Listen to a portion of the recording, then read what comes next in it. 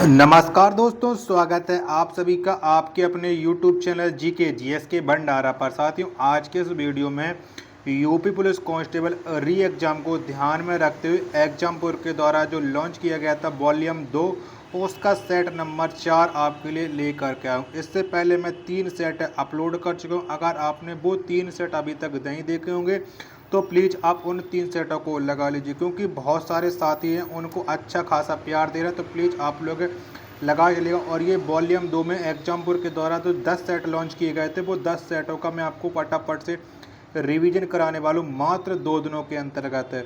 अगर आपने 2 दिन में ये सारे 10 प्रैक्टिस सेट लगा लिए और यूपी पुलिस कांस्टेबल री एग्जाम में इस बार आपका अच्छा स्कोर होने वाला। तो अगर आपको ये प्रैक्टिस सेट पसंद आते हैं तो वीडियो को लाइक, कमेंट और चैनल को सब्सक्राइब करना ना भूलें। तो पर चलिए शुरू करते हैं। पहला प्रश्न है आपके सामने, किस देश को जोगियों का देश के नाम से जाना जाता है? तो किसे जाना जाता है? तो उत्तर कोरिया को जाना जाता है। ए ऑप्शन है वो करेक्ट आंसर हो जाएगा। दूसरा प्रश्न है आपके सामने कि निम्नलिखित में से किसने स्वदेशी आंदोलन के माध्यम से औपनिवेशिक शासन के लिए एक उदारवादी, क्रमिक और प्रेरक दृष्टिकोण की वकालत की थी? तो ये किसने वकालत की थी? तो ये की थी गोपाल गोखले ने। 2 का ए ऑप्शन राइट आंसर हो जाएगा, ए ऑप्शन। तीसरा प्रश्न है आपके सामने, खिलाफत आंदोलन की शुरुआत डॉट डॉट में हुई थी? तो कब हुई थी खिलाफत आंदोलन की शुरुआत? तो ये तुर्की में हुई थी। 3 का डी ऑप्शन करेक्ट आंसर हो जाएगा। चौथा प्रश्न है आपके सामने कि बोधिसत्व की अवधारणा इनमें से किससे संबंधित है? कौन धर्म संबंधित है? तो ये महायान बौद्ध धर्म से संबंधित है बोधिसत्व की अवधारणा। 4 का डी ऑप्शन करेक्ट आंसर हो जाएगा। पांचवा प्रश्न है आपके सामने कि फरवरी 1919 में सत्याग्रह सभा की स्थापना डॉट डॉट द्वारा की गई थी? तो किसने की थी सत्याग्रह सभा की स्थापना? ये आपको बताना। तो ये स्थापना की थी मोहनदास करमचंद गांधी ने। 5 का डी ऑप्शन करेक्ट आंसर हो जाएगा। छठवां प्रश्न है आपके सामने कि रियाल किस देश की मुद्रा है? तो कौन से देश की है? तो जो रियाल है ये चीन की मुद्रा है। 6 का A option correct answer, sorry रियाल चीन की, माफ जाता हूँ, रियाल है ब्राज़ील की मुद्रा। 6 का सी ऑप्शन है करेक्ट आंसर हो जाएगा। सातवां प्रश्न है आपके सामने कि पहला विश्व पर्यावरण दिवस किस वर्ष मनाया गया था? तो पहला विश्व पर्यावरण दिवस 1972 मनाया गया था। सी ऑप्शन इसका करेक्ट आंसर हो जाएगा। चलिएगा, आठवां प्रश्न है आपके सामने कि राष्ट्रीय खेल दिवस कब मनाया जाता है? तो बताओ कब मनाते हैं? तो 29 अगस्त को राष्ट्रीय खेल दिवस मनाया जाता है। 8 का डी ऑप्शन करेक्ट आंसर हो जाएगा। नौवां प्रश्न है आपके सामने, कविता संग्रह गीतांजलि के लेखक कौन है? तो किसने लिखी है गीतांजलि? तो गीतांजलि को लिखा है रविन्द्रनाथ टैगोर ने। 9 का ए ऑप्शन करेक्ट आंसर हो जाएगा। और इसी रचना के लिए रविन्द्रनाथ टैगोर को साहित्य में नोबेल पुरस्कार मिला था। 10वां प्रश्न है आपके सामने कि हिंद स्वराज नामक पुस्तक इनमें से किसने लिखी है? तो हिंद स्वराज को जो लिखा वो लिखा है महात्मा गांधी ने। 10 का सी ऑप्शन है वो करेक्ट आंसर हो जाएगा। 11वां प्रश्न है आपके सामने डॉट डॉट भारत का सबसे लंबा राजमार्ग है? तो कौन सा है भारत का सबसे लंबा राजमार्ग? तो NH-44 भारत का सबसे लंबा राजमार्ग। 11 का ए ऑप्शन वो करेक्ट आंसर है हो जाएगा। 12वां प्रश्न है आपके सामने, गोल्डन फाइबर के रूप में किसे जाना जाता है? तो किसको जाना जाता है? तो जूट को गोल्डन फाइबर के रूप में जाना जाता है। 12 का सी ऑप्शन है वो करेक्ट आंसर हो जाएगा। 13वां प्रश्न है आपके सामने, भारत का कौन सा राज्य गेहूं का अग्रणी उत्पादक है? तो कौन सा है? तो गेहूं का जो अग्रणी उत्पादक है वो उत्तर प्रदेश है। 13 का सी ऑप्शन है वो करेक्ट आंसर हो जाएगा। 14वां प्रश्न है आपके सामने कि केंद्रीय धान अनुसंधान संस्थान इनमें से किस शहर में स्थित है? तो कहाँ पर है धान अनुसंधान संस्थान? तो ये जो स्थित है वो स्थित है कटक में। 14 का डी ऑप्शन करेक्ट आंसर हो जाएगा। 15वां प्रश्न है आपके सामने कि भारत के किस राज्य में सर्वाधिक वन क्षेत्र है? तो कौन से राज्य में है? तो भारत के मध्य प्रदेश राज्य में सर्वाधिक वन क्षेत्र है। 15 का बी ऑप्शन है वो इसका करेक्ट आंसर हो जाएगा। 16वां प्रश्न है आपके सामने कि थायराइड ग्रंथि की जांच में कौन सा रेडियो एक्टिव पदार्थ होता है? तो कौन सा होता है? तो थायराइड ग्रंथि की जांच में रेडियो आयोडीन 131 पदार्थ होता है। 16 का ए ऑप्शन है वो करेक्ट आंसर हो जाएगा। चलिएगा, 19वां प्रश्न है आपके सामने, सॉरी 17वां प्रश्न है आपके सामने। 16 तो हो गया, 16 का 17 आता है कि मनुष्य में मादा जनन अंग से किस हार्मोन का स्राव होता है? तो कौन से हार्मोन का स्राव होता है? तो इससे निकलता है एस्ट्रोजन। 17 का ए ऑप्शन है वो करेक्ट आंसर हो जाएगा। 18वां प्रश्न है आपके सामने कि राष्ट्रीय मानवाधिकार आयोग के वर्तमान अध्यक्ष कौन है? तो राष्ट्रीय मानवाधिकार आयोग के जो वर्तमान अध्यक्ष हैं वो है न्यायमूर्ति अरुण कुमार मिश्रा। 18 का ए ऑप्शन करेक्ट आंसर हो जाएगा। 19वां प्रश्न है आपके सामने कि निम्नलिखित में से कौन सा साइबर अपराधियों द्वारा नहीं किया जाता है। तो कौन सा नहीं किया जाता? तो किसी भी प्रणाली में भेद्यता की रिपोर्ट करें, ये बिल्कुल नहीं किया जाता। 19 का डी ऑप्शन करेक्ट आंसर हो जाएगा। 20वां प्रश्न है आपके सामने कि नौकरी खोजने, पेशेवरों से जुड़े रहने और नए कर्मचारियों की भर्ती के अलावा हमें अनुभवी कर्मचारियों की सलाह से अपने व्यवसाय को बढ़ावा देने में भी मदद मिलती है। तो बताओ 20 में कौन सा विकल्प का राइट आंसर हो जाएगा? तो लिंक्ड इन इसका राइट आंसर हो जाएगा 20 का ऑप्शन संख्या ए। 21वां प्रश्न है आपके सामने कि भारत और नेपाल के बीच संयुक्त सैन्य अभ्यास सूर्य किरण कहाँ आयोजित हुआ? तो कहाँ पर हुआ था सूर्य किरण? 21 का आंसर आपको बताना। तो ये उत्तराखंड में हुआ था। ए ऑप्शन है वो करेक्ट आंसर हो जाएगा। 22वां प्रश्न है आपके सामने कि भाभा साहेब पशु बीमा योजना किस राज्य की योजना है? तो ये कौन से राज्य में सरकार के द्वारा चलाई जा रही है? तो भामा साहेब पशु बीमा योजना, तो ये चलाई जा रही है राजस्थान सरकार के द्वारा। 22 का सी ऑप्शन है वो करेक्ट आंसर हो जाएगा। चलिएगा 23वां प्रश्न है आपके सामने कुंभ के आयोजन में नवग्रहों में से किस ग्रहों की भूमिका महत्वपूर्ण मानी जाती है? तो किसकी मानी जाती है? तो ये बहुत महत्वपूर्ण भूमिका मानी जाती है सूर्य, चंद्र और शनि, यानी इनमें से सभी की मानी जाती है। 23 का डी ऑप्शन है करेक्ट आंसर हो जाएगा। 24वां प्रश्न है आपके सामने कि निम्नलिखित में से कौन सा एजेंसी भारत में साइबर सुरक्षा की नोडल एजेंसी के रूप में कार्य करता है? तो कौन सा करता है नोडल एजेंसी के रूप में? 24 का आंसर आपको बताना। तो ये करता है सूचना एवं प्रौद्योगिकी मंत्रालय। सी ऑप्शन है करेक्ट आंसर हो जाएगा। 25वां प्रश्न है आपके सामने कि शाकुंभरी देवी मेला उत्तर प्रदेश के किस जिले में आयोजित होता है? तो शाकुंभरी देवी का जो मेला है वो उत्तर प्रदेश के सहारनपुर में लगता है। सी ऑप्शन है वो करेक्ट आंसर हो जाएगा। 26वां प्रश्न है आपके सामने कि निम्नलिखित में से किस पुलिस एक्ट द्वारा उत्तर प्रदेश में पुलिस प्रशासन संचालित किया जाता है? तो किस एक्ट के तहत होता है? तो ये होता है पुलिस एक्ट 1861 के तहत। 26 का बी ऑप्शन है वो राइट आंसर हो जाएगा। 27वां प्रश्न है आपके सामने इंद्रधनुष 2.2 से संबंधित है। तो बताइए किससे संबंधित है इंद्रधनुष 2.2? तो ये संबंधित है सार्वजनिक क्षेत्र के बैंकों का पुनः पूंजीकरण से, यानी 27 का ए ऑप्शन है वो करेक्ट आंसर आप लोगों का हो जाएगा। 28वां प्रश्न है आपके सामने कि जीएसटी लागू करने वाला पहला देश कौन था? कौन सा है या कौन था? तो ये था फ्रांस जीएसटी लागू करने वाला। 28 का ए ऑप्शन है वो करेक्ट आंसर हो जाएगा। 29वां प्रश्न है आपके सामने कि भारतीय संविधान के जनक के रूप में किसे जाना जाता है? तो किसे जाना जाता है भारतीय संविधान के जनक के रूप में? तो ये जाना जाता है डॉक्टर भीमराव अंबेडकर को। 29 का ए ऑप्शन है वो राइट आंसर है हो जाएगा। अगर आपको ये वीडियो पसंद आए तो प्लीज़ आप लोग वीडियो को लाइक जरूर कर दीजिएगा। चैनल को सब्सक्राइब नहीं कर रखे होंगे तो चैनल को आप लोग जरूर सब्सक्राइब कर लीजिएगा। 30वां प्रश्न है आपके सामने कि भारत के राज्यसभा सदस्यों के अप्रत्यक्ष चुनाव के संवैधानिक प्रावधान को किस देश से अपनाया गया था? तो ये कौन से देश से अपनाया गया था? 30 का आंसर आपको देना। तो ये अपनाया गया था दक्षिण अफ्रीका से। 30 का बी ऑप्शन है वो करेक्ट आंसर हो जाएगा। 31वां प्रश्न है आपके सामने कि निम्नलिखित में से कौन सा विषय समवर्ती सूची के अंतर्गत आता है? कौन सा आता है? 31 का आंसर आपको बताना है। तो समवर्ती सूची के अंतर्गत आता है वन। 31 का ए ऑप्शन है वो करेक्ट आंसर आप लोगों का हो जाएगा। 32वां प्रश्न है आपके सामने कि इनमें से कौन सा पश्चिम बंगाल का पड़ोसी राज्य नहीं है? तो कौन सा नहीं है पश्चिम बंगाल का पड़ोसी राज्य? 32 का आंसर आपको देना है। तो मेघालय नहीं है। ए ऑप्शन इसका करेक्ट आंसर हो जाएगा। 33वां प्रश्न है आपके सामने कि राज तरंगिणी के लेखक कौन है? तो किसने लिखी है राज तरंगिणी को, जिसमें जम्मू कश्मीर के इतिहास के बारे में बताया गया? तो ये लिखा है कल्हड़ ने। 33 का डी ऑप्शन है वो आप लोगों का करेक्ट आंसर हो जाएगा। 34वां प्रश्न है आपके सामने कि जयपुर की विख्यात इमारत हवा महल एक बहुस्तरीय महल सवाई प्रताप सिंह द्वारा में बनाई गई थी। तो ये कब बनी थी हवा महल? 34 का आंसर आपको देना। तो ये 1799 ईस्वी में बनी थी। 34 का सी ऑप्शन वो इसका करेक्ट आंसर हो जाएगा।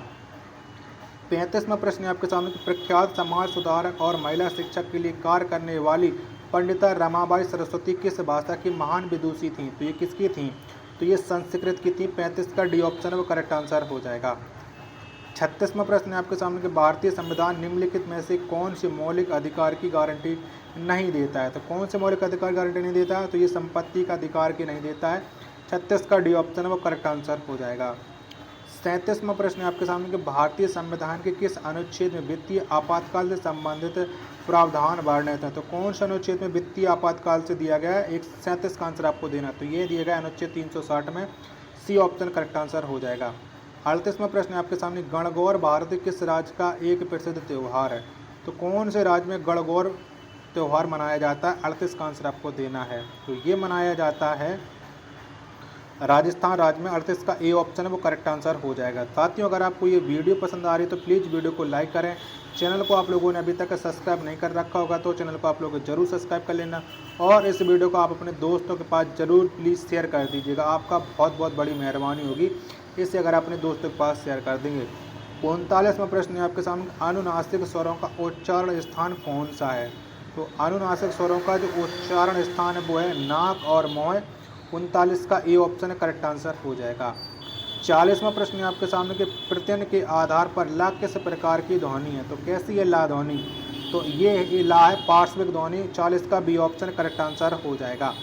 41वां प्रश्न है आपके सामने कि नीचे दिए गए संधि विच्छेद में से सही विकल्प चुनिए। रूपांतरण का संधि विच्छेद क्या हो जाएगा? 41 का आंसर आपको देना है। तो इसका सही संधि विच्छेद हो जाएगा रूप प्लस अंतरण। 41 का ए ऑप्शन है वो इसका राइट आंसर है हो जाएगा। 42वां प्रश्न है आपके सामने कि निम्न में से कौन सा शब्द स्त्रीलिंग है? तो बताओ स्त्रीलिंग शब्द आपको बताना। स्त्रीलिंग 42 का आंसर, तो अच्छी भाषा ये स्त्रीलिंग शब्द हो जाएगा। 42 का बी ऑप्शन करेक्ट आंसर हो जाएगा। 43वां प्रश्न है आपके सामने कि निम्नलिखित में से इतर का अनेकार्थी शब्द नहीं है? तो कौन सा नहीं है इतर का अनेकार्थी? तो मेल इतर का अनेकार्थी नहीं है। ए ऑप्शन है वो करेक्ट आंसर आप लोगों का हो जाएगा। 44वां प्रश्न है आपके सामने कि निम्नलिखित प्रश्न में 4 विकल्पों में से उस सही विकल्प का चयन करें जो वाक्यांश के लिए एक शब्द का विकल्प है जो इस लोक की बात इस लोक की बात का क्या हो जाएगा? 44 का आंसर, तो इसका हो जाएगा लौकिक। 44 का डी ऑप्शन करेक्ट आंसर हो जाएगा। 45वां प्रश्न है आपके सामने कि घड़ी संज्ञा का कौन सा प्रकार है? तो कौन सा प्रकार है? तो घड़ी संज्ञा का ये जातिवाचक संज्ञा आ जाता है। 45 का डी ऑप्शन वो करेक्ट आंसर हो जाएगा। 46वां प्रश्न है आपके सामने किसका प्रयोग है सदैव बहुवचन में होता है? तो बताओ इनमें से किसका प्रयोग है वो हमेशा बहुवचन में किया जाता है? 46 का आंसर आपको देना है। तो ये किया जाता है दर्शन का। ए ऑप्शन देने वाले सभी का करेक्ट आंसर हो जाएगा। 47वां प्रश्न है कि निम्नलिखित में से योजक चिन्ह कौन सा? योजक चिन्ह बताओ 47 में योजक चिन्ह, तो जो बी ऑप्शन वाला चिन्ह यही योजक चिन्ह होता है। बी ऑप्शन करेक्ट आंसर हो जाएगा। 48वां प्रश्न है आपके सामने उस विकल्प का चयन करें जो दिए गए वाक्य में क्रिया के भेद वाला सही विकल्प है। रोहन चाय पीकर बैठ गया है। बताओ इसमें कौन सी क्रिया है ये आपको बताना। 48 का राइट आंसर, तो रोहन चाय पीकर बैठ गया इसमें पूर्वकालिक क्रिया है। 48 का सी ऑप्शन है वो इसका राइट आंसर है हो जाएगा। चलिएगा 49वां प्रश्न है आपके सामने कि वाक्य विन्यास की दृष्टि से शुद्ध वाक्य का चयन करें। तो बताओ इनमें से 49 में कौन सा शुद्ध है ये आपको बताना है फटाफट से। 49 का राइट आंसर, तो वह अपनी प्रजा का पुत्रवत पालन करता था, ये एकदम शुद्ध वाक्य हो जाएगा। 49 का सी ऑप्शन है वो राइट आंसर हो जाएगा। आशा और उम्मीद है कि आपको ये वीडियो जरूर पसंद आ रही होगी, तो प्लीज़ वीडियो को आप लोग जरूर लाइक कर दीजिएगा। चैनल को आप लोगों ने अभी तक सब्सक्राइब नहीं कर रखा होगा तो चैनल को आप लोग जरूर सब्सक्राइब कर लीजिएगा। चलिएगा निर्देश दिया गया कि प्रत्येक प्रश्न वाक्य में एक अधोरेखित शब्द है, उसके नीचे लिखे शब्दों में से 3 अशुद्ध रूप से लिखे गए, चौथे शुद्ध रूप से लिखे जाने का चयन करें, उसे चिन्हित करें। भग्गू सेठ तो बहुत ही दुष्चरित्र व्यक्ति, शुद्ध वर्तनी, यानी दुष्चरित्र की आपको शुद्ध वर्तनी बताना है। इसमें कौन सी एकदम सही है? 50 का आंसर क्या हो जाएगा? तो ये दुष्चरित्र ऑप्शन संख्या ए वाली वर्तनी है, एकदम करेक्ट आंसर हो जाएगा। दा में बड़ा ऊ की मात्रा नहीं, दा में छोटा ऊ की मात्रा लगती है। 51वां प्रश्न आपके सामने चित्रा मृदुगल को उनकी किस कृति के लिए साहित्य अकादमी पुरस्कार से पुरस्कृत किया गया? तो ये किसके लिए मिला था ये आपको बताना है। चित्रा मृदुगल को तो इन्हें जो मिला था वो मिला था post box number 203 Nala Sopara के लिए। 51 का सी ऑप्शन है वो राइट आंसर हो जाएगा। चलिएगा अगला प्रश्न 52वां प्रश्न है आपके सामने की सुई और तागे के बीच में कविता किस रचनाकार की है? तो ये किसकी रचना है? सुई और तागे के बीच। तो ये जो रचना है वो केदारनाथ सिंह की है। 52 का बी ऑप्शन राइट आंसर हो जाएगा। 53वां प्रश्न है आपके सामने इनमें से चीप की दावत कहानी के रचनाकार कौन है? तो किसने कहानी लिखी है चीप की दावत? तो ये रचना है भीष्म सायनी की। बी ऑप्शन है वो करेक्ट आंसर हो जाएगा। 54वां प्रश्न है कि निम्नलिखित में से कौन सी पुस्तक है प्रेमचंद द्वारा लिखित नहीं है? तो बताओ इनमें से कौन सी पुस्तक है प्रेमचंद्र ने नहीं लिखी है? 54 का आंसर आपको बताना है। तो जय पराजय नहीं लिखी प्रेमचंद ने, बकाया सब लिखी है। 54 का बी ऑप्शन करेक्ट आंसर है हो जाएगा। 55वां प्रश्न है कि निम्नलिखित वाक्यों में से संयुक्त वाक्य है। तो बताओ इनमें से संयुक्त वाक्य कौन सा है? चारों विकल्प हैं वो आपकी स्क्रीन पर शो हो रहा है। 55 का आंसर आपको देना है। 55 का आंसर, तो राधा दुष्ट इसलिए जब वह आती है मैं चल देता हूँ, ये संयुक्त वाक्य हो जाएगा। 55 का डी ऑप्शन इसका एकदम से करेक्ट आंसर हो जाएगा। 56वां प्रश्न है आपके सामने कि मोहन बाजार पहुंच गया, इस वाक्य में क्रिया का कौन सा प्रकार है? तो कौन सा प्रकार है 56 का आंसर आपको देना है। तो इसमें जो क्रिया वो अकर्मक क्रिया है, सी ऑप्शन है वो राइट आंसर हो जाएगा। 57वां प्रश्न है आपके सामने कि इनमें से कौन सा शब्द तद्भव नहीं है? तो कौन सा शब्द है जो तद्भव नहीं है? 57 का आंसर आपको देना है। तो धैर्य ये तद्भव नहीं है, धैर्य ये तत्सम शब्द है। 57 का ए ऑप्शन है वो राइट आंसर है हो जाएगा। चलिएगा, निर्देश दिएगा 58 से 62 तक आपके लिए गद्यांश है, तो गद्यांश को आप लोग पढ़ करके आंसर मिला लीजिएगा। थोड़ा आप गद्यांश को वीडियो रोक करके पढ़ लिया करो, क्योंकि गद्यांश में आपको पता चल जाएगा कि अगर ये गद्यांश आपके पेपर मिल गया तो फिर आप लोग पूरा नहीं पढ़ना पड़ेगा और आपको सीधे सीधे आंसर है आप लोग निकाल लोगे। ठीक है, और आशा उम्मीद करता हूँ कि आपको ये सब कुछ पसंद जरूर आ रहा होगा, तो आप लोग वीडियो को अपने दोस्तों के पास जरूर शेयर कर देंगे। चलिएगा, 59वां प्रश्न है आपके सामने कि निर्भर शब्द में प्रयुक्त उपसर्ग है। बताओ निर्भर में कौन सा उपसर्ग है? तो निर्भर में है निर उपसर्ग। 58 का जो राइट आंसर हो जाएगा आपका सी ऑप्शन। 59वां प्रश्न है आपके सामने कि गद्यांश के अनुसार इस शरीर को कौन चला सकता है? तो कौन चला सकता है? तो आपको पता है गद्यांश में तभी पता होगा कि मस्तिष्क वो चला सकता है। 59 का बी ऑप्शन करेक्ट आंसर हो जाएगा। 60वां प्रश्न है आपके सामने कि नीचे दिए गए शब्दों में से कौन अज का अनेकार्थी? तो अज का अनेकार्थी कौन सा? तो बकरा अज का अनेकार्थी होता है, जबकि अजाब बकरी का होता है। 60 का बी ऑप्शन करेक्ट आंसर हो जाएगा। 61वां प्रश्न है आपके सामने कि आत्म तत्व को जागृत करने के कौन से उपाय बताएं? बताओ कौन से? 61 का आंसर आपको देना है। तो चिंतन, ध्यान, आध्यात्म ये सभी हो जाएंगे। 61 का डी ऑप्शन है करेक्ट आंसर हो जाएगा। 62वां प्रश्न है आपके सामने कि शिक्षा, धर्म, संस्कारों और संगति से किसका निर्माण होता है जो परिवर्तनशील भी है? तो किसका होता है? 62 का आंसर आपको देना। तो ये होता है सोच का। 62 का डी ऑप्शन देने वाले सभी का एकदम से करेक्ट आंसर हो जाएगा। चलिएगा, 63वां प्रश्न है आपके सामने वह चम्मच से चावल खाता है, वाक्य में चम्मच से कौन सा कारक है? तो बताओ चम्मच से कौन सा कारक है? 63 का आंसर आपको देना। तो इसमें कर्ण कारक है।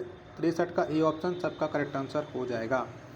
64वां प्रश्न है आपके सामने कि जो करेगा सो भरेगा, रेखांकित शब्द क्या है? बताओ ये क्या है? 64 का आंसर आपको देना है। तो जो करेगा सो भरेगा ये संबंधवाचक सर्वनाम है। 64 का सी ऑप्शन राइट आंसर है हो जाएगा। बहुत से लोग इसमें होंगे संकेत दिया जा रहा है, तो ये संकेतवाचक गलत है। 65वां प्रश्न है आपके सामने कि इनमें से नाक का बाल होना मुहावरे का क्या अर्थ है? तो क्या होता है नाक का बाल होना? इसका अर्थ होता है अधिक प्यारा होना। 65 का डी ऑप्शन करेक्ट आंसर हो जाएगा। 66वां प्रश्न है आपके सामने आज मुझे बहुत काम है, इस वाक्य में बहुत किस प्रकार का विशेषण है? तो बताओ किस प्रकार का विशेषण है बहुत? तो ये है परिणामवाचक विशेषण। 66 का ए ऑप्शन देने वाले सभी का करेक्ट आंसर है हो जाएगा। चलिएगा, 67वां प्रश्न है आपके सामने कि नीलकंठ में कौन सा समास है? बताओ नीलकंठ में कौन सा समास हो जाएगा? तो नीलकंठ में हो जाएगा बहुब्रीहि समास। 67 का सी ऑप्शन करेक्ट आंसर हो जाएगा। 68वां प्रश्न है कि निम्न में से प्रसार के विलोमार्थी शब्द का चयन करें। तो बताओ प्रसार का विलोमार्थी क्या हो जाएगा? 68 का आंसर आपको बताना। तो ये हो जाएगा संकोच। बी ऑप्शन करेक्ट आंसर हो जाएगा। 69वां प्रश्न है आपके सामने कि निम्नलिखित विकल्पों में से सची के पर्यायवाची का चयन कीजिएगा। तो बताओ सची का पर्यायवाची क्या हो जाएगा? तो ये हो जाएगा प्लोमजा। यानी 69 का सी ऑप्शन जितने भी लोगों ने दिया उन सब का ये करेक्ट आंसर हो जाएगा। 70वां प्रश्न है आपके सामने कि दिए गए शब्द युग्म के सही अर्थ भेद का चयन करें। नीति और नेति, इसका क्या हो जाएगा? 70 का आंसर। तो आगे वाला जो नीति इसका अर्थ होता है हाथी, और पीछे वाला जो नेति होता है इसका अर्थ होता है टापू। नहीं, आगे वाला जो नीति इसका अर्थ होता है झंडा, इसका अर्थ होता है चिन्ह। यानी 70 का बी ऑप्शन करेक्ट आंसर हो जाएगा। 71वां प्रश्न है आपके सामने कि ले चला साथ में तुझे कनक जो बिच्छुक लेकर स्वर्ण झनक में अलंकार बताइए। बताओ यहाँ पर कौन सा अलंकार हो जाएगा? 71 का आंसर। तो यहाँ पर आपको पता है कि ये हो जाएगा उत्प्रेक्ष अलंकार। बी ऑप्शन करेक्ट आंसर हो जाएगा। ज्यों दिख गया और आपको पता है कि जहाँ पर ज्यों शब्द आ जाता है वहाँ पर उत्प्रेक्ष अलंकार आ जाता है।